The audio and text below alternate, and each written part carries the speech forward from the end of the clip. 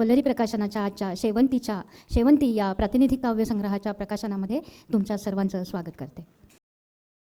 यानंतरच्या कवयित्री आहेत शिवकांता घुमरे. त्यांना विनंती आहे की त्यांनी मंचावर येऊन त्यांची कविता सादर करावी. माझ्या कवितेचे नाव आहे कालचक्र. जसे जसे दिवस जातात तसा तसा काळ बदलतो. जसे त्याचे विचार असतात तसे ते काळाप्रमाणे बदलतात. हा काळ थांबणार कोणासाठी? काहीतरी करा आपल्या जीवनासाठी.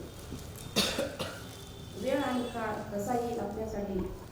एक काळ असा येईल दुनिया स्वतःला विसरून जाईल. जसा काळ बदलेल तशी ही दुनिया विज्ञान युगात चालेल.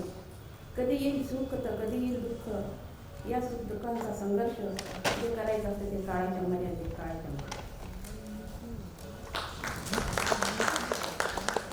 केतकीताईंना विनंती आहे की त्यांनी घुमरे त्यांचा सन्मान करावा. आणि यानंतर आपल्या संपादक व्यंकटेश कल्याणकर यांना देखील विनंती आहे की त्यांनीही त्यांची एक कविता सादर करावी.